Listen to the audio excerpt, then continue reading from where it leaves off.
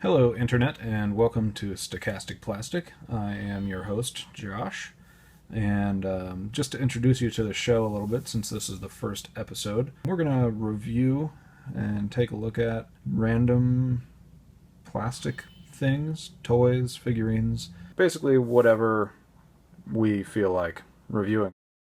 So for today's review, we are taking a look at the very hard to find MEGAS XLR toy robot. For those of you who don't know, MEGAS XLR was a short-lived cartoon show on Cartoon Network. It ran for 2 seasons, 26 episodes, 13 episodes per season. And the whole premise of the show is this guy from New Jersey and his buddy obtain a giant robot from the future, and the robot is sent back in time, and the main character Coop and his friend Jamie fix it up into what this toy represents, the MEGAS XLR. I believe this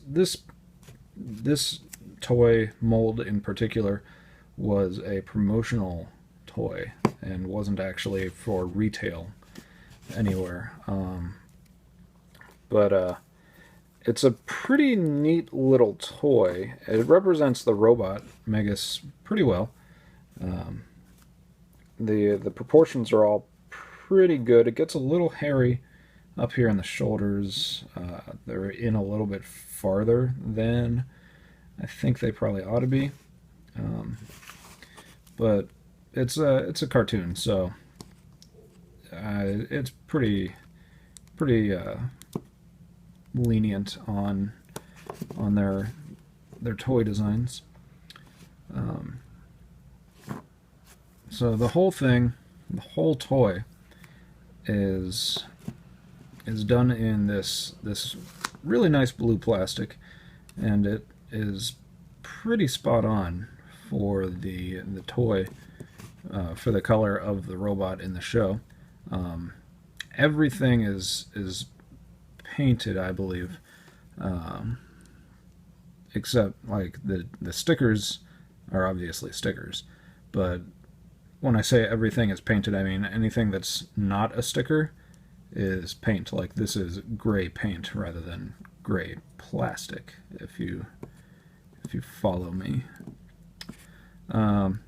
The biggest downfall of this toy, he's got his little sweet old style car fins up there. That's pretty cool.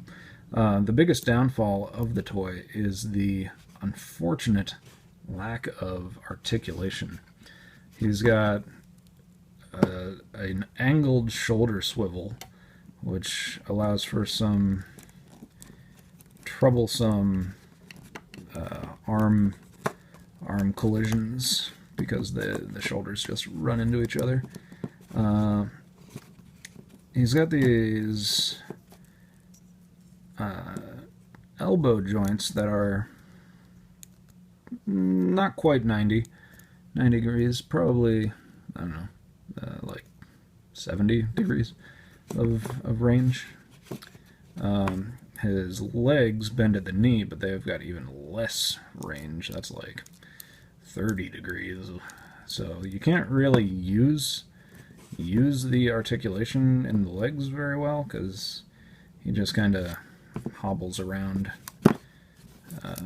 And again, you've got this same problem with the arms of the legs bumping into each other, which is a bummer. But overall, not that bad. It looks like they wanted to put pins here to have the arms rotate at the shoulder, which would be great, but they just didn't. And I might try and do that on my own, but it would be really unfortunate if I screwed this toy up, because they're really hard to come by. I got this guy on eBay for like $16 or $18, which was a steal. because I'm pretty sure they go for... I've seen them on eBay before for like upwards of 100, which is honestly probably not worth it for this kind of a toy. He does have a nice little head, and it has ever so little slight articulation in the head, just a bit of a swivelly thing. The decals, the stickers are all really cool. A little shiny, you can see the shine there, but they're really nicely done, and true to the robot. This tailgate, this is changed from the show. I believe in the show they had like a this is like a truck mud flap, like silver lady, like lounging, reclining icon in the show, and it's understandable that they might want to change that for the toy. He's got his little thrusters here. If you haven't watched the show, it's really great. It's got a lot of jokes and references about pretty much any nerd franchise you might be into. Oh, and one other fun thing about this toy is it came in this cool little box. So it's got your Cartoon Network, crush your enemies if they are small enemies. It's got a fun little write-up about the show, if we can focus on it. If you want to read it, you can, because, you know, reading is fun. But yeah, these are your main characters: Coop, Kiva, Jamie, and there's the head of Megas down there. So it's pretty cool. Giant robot inside. Actual size may vary. That's pretty excellent. It had like a whole lot of ties in there, little twisty ties in there. They were a bastard. But there we go.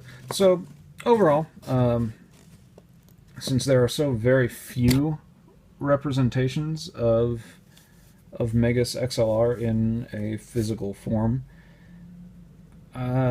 this guy is really fun to have, but not super fun to play with. So if you can find him for cheap, or not cheap, but if you can find him for, you know, less than $30, he's probably a good buy. If you're into the show. If you haven't seen the show before and don't know anything about it, you probably don't need to get the figure at all, really. But, you know, for fans of the show, definitely a worthwhile figurine to have in your collection. This has been the review of the MEGAS XLR toy robot figurine. If you've got any constructive criticism, you may leave it in the comments, and it would be greatly appreciated. Since I'm just beginning this show, I'm open to all sorts of feedback. And, you know, I probably don't need to tell you how to use YouTube, but if you liked the review, you can click like. If you want to subscribe and see me ramble on about more Stochastic plastic, you can subscribe, and that would be excellent. So,